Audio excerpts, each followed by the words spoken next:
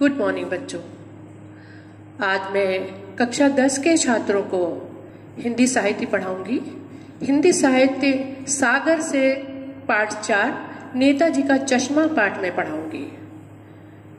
तो बच्चों, नेताजी का चश्मा पाठ स्वयं प्रकाश जी ने लिखा है और इनका जन्म 20 जनवरी 1947 को मध्य प्रदेश के इंदौर नामक शहर में हुआ था। स्वयं प्रकाश जी एक सशक्त उपन्यासकार तथा कहानीकार हैं और अब तक उनके 13 कहानी संग्रह प्रकाशित हो चुके हैं। इन्हें वर्ष 2011 का प्रतिष्ठित आनंद सागर कथाक्रम सम्मान प्रदान किया गया है और इनकी कहानियों में वर्ग शोषण के विरुद्ध चेतना है। तो आइए देखते हैं नेताजी का चश्मा कहानी। नेताजी का चश्मा कहानी कैप्टन चश्मे वाले के माध्यम से देश के करोड़ों नागरिकों के योगदान को रेखांकित करती है तथा जो देश के निर्माण से अपने तरीके से योगदान करती है उनके बारे में बताती है और इसमें बड़े ही नहीं बच्चे भी शामिल हैं। तो कहानी के प्रमुख किरदार हालदार साहब हर 15वें दिन कंपनी के काम के सिलसिले में एक कस्बे से गुजरते थे और ये कहानी उसी कस्बे के बारे में है, ना कि कस्बे के बारे में, बल्कि उस कस्बे में लगी हुई सुभाष चंद्र बोस जी की मूर्ति के बारे में है।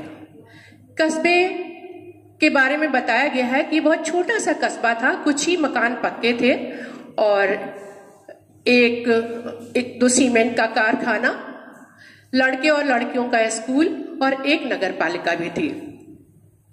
तो नगर पालिका का कार्य होता है कि नगर की समुचित व्यवस्था करना और उसी क्रम में नगर पालिका की किसी उत्साही बोर्ड ने, किसी अधिकारी ने शहर के मुख्य बाजार पर नेताजी सुभाष चंद्र बोस जी की एक संगमरमर की प्रतिमा लगवा दी थी। प्रतिमा तो लगी थी लेकिन उस प्रतिमा पर चश्मा नहीं था।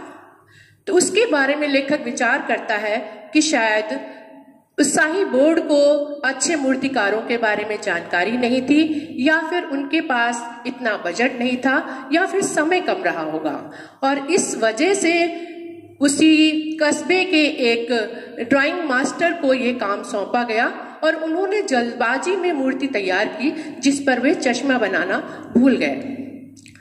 तो हालदार साहब जो पहली बार उस कस्बे से गुजरे तो चौराहे पर पान खाने के लिए रुके और उन्होंने लक्षित किया माने देखा कि चेहरे पर उनके सुभाष चंद्र बोस जी के असली का चश्मा लगा हुआ है। तो उन्हें बड़ा आश्चर्य हुआ और सोचने लगे ये आइडिया भी अच्छा है और मूर्ति पत्थर की है लेकिन चश्मा तो वास्तविक है। दूसरी बार पुनः फिर वो वहां से गुजरे तो उन्हें मूर्ति में कुछ अंतर दिखाई दिया। ध्यान से देखा तो चश्मा दूसरा था। पहले मोटे फ्रेम वाला चश्मा था और अब गोल फ्रेम वाला चश्मा था और उनका थोड़ा आश्चर्य और बढ़ गया और सोचने लगे क्या अच्छा विचार है। मूर्ति कपड़े नहीं बदल सकती किंतु चश्मा तो बदल ही सकती है और इस प्रकार उस कस्बे के नागरिकों के प्रति उनके मन में सम्मान की भावना भर गई। अब हालदार साहब की आदत पड़ गई थी, जब भी वे कस्बे से गुजरते मूर्ति अवश्य देखते और उस पर लगे हुए चश्मे को भी देखते। एक दिन उन्होंने पान वाले से पूछ ही लिया कि ये चश्मा कौन बदलता है। पान वाले ने बताया कि ये कैप्टन चश्मे वाला करता है। अब हालदार साहब की समझ में नहीं आ रहा था तो उन्होंने फिर से पूछा कि क्यों चश्मा आखिर क्यों बदल देता है बार बार। तो उसने अपनी अस्पष्ट वाणी में बताया कि कोई गिराक माने ग्राहक आ गया और उसको वैसा चश्मा चाहिए तो वो मूर्ति से उतार कर उसे दे देता था और दूसरा चश्मा पहना देता था। हालदार साहब के समझ में ये बात आई और वो सोचने लगे कोई कैप्टन चश्मे वाला है जिसे नेताजी की मूर्ति बगैर चश्मे के अच्छी नहीं लगती और इसलिए वह ऐसा करता है। और इस तरीके से हालदार साहब के मन में एक प्रसन्नता सी भर गई। सोचने लगे कि देशभक्तों का सम्मान करने वाले लोग भी यहाँ पर हैं। लेकिन फिर उन्होंने पान वाले से पूछा कि नेताजी का ओरिजिनल यानी वास्तविक चश्मा कहाँ गया। तो पान वाले ने बताया कि कि मास्टर बनाना भूल गया। मास्टर अर्थात कस्बे का मूर्तिकार, ड्राइंग मास्टर जिसने वो मूर्ति बनाई थी, वो चश्मा बनाना भूल गया था।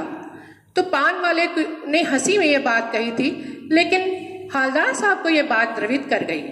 उन्हें ये अच्छा नहीं लगा कि कोई चश्मा बनाना कैसे भूल सकता है, और फिर भी उन्होंने पूछा कि कैप्टन चश्मे वाला कौन है, नेताजी का साथी है या फिर आजाद हिंद फौज का भूतपूर्व सिपाही। आजाद हिंद फौज का गठन बच्चों सुभाष चंद्र बोस जी ने जापान की मदद से किया था, और उसके बारे में तमाम देशभक्तिपूर्ण उनके उद्घोष हैं, तुम मुझे खून दो मैं तुम्हें आजादी दूंगा इत्यादि।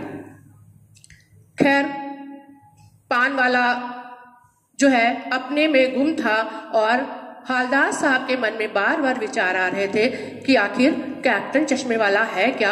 और फिर से जब उन्होंने उसके बारे में पूछा कि क्या वो फौज का सिपाही है, तो उसने कहा कि वो लंगड़ा क्या जाएगा फौज में, अर्थात उसे लंगड़ा कह करके संबोधित किया, जो हवलदार साहब को अच्छा नहीं लगा। और उसी समय उन्होंने देखा कि कैप्टन चश्मे वाला वहीं पर चला आ रहा था, और उसको जब उन्होंने देखा तो अवाक रह गए। अवाक यानी कि उनके मुंह से बोल नहीं निकला, आवाज नहीं निकली, और उन्होंने देखा एक लंगड़ा सा बूढ़ा सा मरियल आदमी चला आ रहा था, और जो अपने हाथ में एक छोटी सी संदूकची लिए हुए था, और एक बांस पर उसने कई चश्मे टांग रखे थे। हवलदार साहब के मन में विचार आया कि कितना देशभक्त व्यक्ति, जो चलने में भी जो है जिसे परेशानी हो रही है, और अत्यंत गरीब है, खुद की दुकान भी नहीं, लेकिन उसके अंदर देशभक्त की भावना कूट कूट कर भरी हुई है। इतने कम संख्या में चश्मे वो रखता है, फिर भी वह एक चश्मा मूर्ति पर पहना देता है। हवलदार साहब को ये जानकर अत्यंत प्रसन्नता हुई, और सोचने लगे कि देश में देशभक्त की भावना अभी जिंदा है, अभी जीवित है। 2 साल तक हवलदार साहब अपने काम के सिलसिले में उस कस्बे से गुजरते, और लगातार नेताजी की मूर्ति को देखते, और उन्हें अच्छा लगता कि नेताजी का चश्मा बदल गया है। फिर एक बार ऐसा हुआ कि मूर्ति पर कोई भी चश्मा नहीं लगा था, और उस दिन पान वाले की दुकान भी बंद थी, और अधिकांश दुकानें बंद थी। अगली बार फिर कोई चश्मा नहीं था, और तब हवलदार साहब ने पान खाते हुए पान वाले से पूछ लिया कि मूर्ति पर चश्मा क्यों नहीं है। उस दिन पान वाला उदास था। उसने कहा कि साहब कैप्टन मर गया। तो आगे कुछ पूछ नहीं पाए हवलदार साहब, और वहां से चले गए, और सोचकर दुखी होने लगे कि देश के लिए अपना सब कुछ न्यौछावर कर देने वाले, सब कुछ कुर्बान कर देने वाले देशभक्तों पर लोग हंसते हैं, और अपने छोटे छोटे स्वार्थ के लिए अपना ईमान तक बेच देते हैं। और उस दिन वो काफी दुखी थे, और सोचने लगे कि देखो, मूर्तिकार चश्मा बनाना भूल गया, लेकिन वह एक अत्यंत गरीब आदमी जो चश्मा पहना दिया करता था, उसकी आज मृत्यु हो गई, और अब आगे ये भावना लोगों में रहेगी या नहीं रहेगी, इस बात पर उन्हें थोड़ा संदेह होने लगा। उन्होंने अपने ड्राइवर से कह दिया कि अब वे कस्बे में नहीं रुकेंगे, आगे से मत रोकना, पान नहीं खाएंगे। लेकिन आदत से मजबूर थे। अगली बार जब पुनः वहां से गुजरे तो उनकी आंखें अनायास मूर्ति की तरफ उठ गईं, और उन्होंने कुछ देखा तो अचानक आवाज दी ड्राइवर को कि गाड़ी रोको, और उछलकर गाड़ी से उतर पड़े और मूर्ति की तरफ आगे बढ़े, और वो बहुत भावुक हो उठे थे। उन्होंने देखा था कि मूर्ति की आंखों पर सरकंडे का एक छोटा सा चश्मा रखा हुआ था। सरकंडा एक छोटा सा पौधा होता है जिससे बच्चे खिलौने बनाकर खेलते हैं, और वो उसी का चश्मा बना करके मूर्ति पर लगाया गया था। वो भावुक हो उठे कि देश पर कुर्बान होने वाले वीरों के प्रति सम्मान की भावना अभी भी लोगों में है, हमारे बच्चों में है, यानी आने वाली पीढ़ियां भी देशभक्तों का इसी प्रकार से सम्मान करती रहेंगी। तो यहाँ से कहानी समाप्त होती है, और लेखक ने इस कहानी में एक सामान्य साधारण से कैप्टन चश्मे वाले के माध्यम से यह बताना चाहा है कि प्रत्येक व्यक्ति में देशभक्ति की भावना होनी चाहिए। देश का कोई भी नागरिक, चाहे वह छोटा हो या बड़ा हो, अमीर हो या गरीब हो, प्रत्येक व्यक्ति को चाहिए कि स्वतंत्रता सेनानियों का सम्मान करे। यही देशभक्ति है।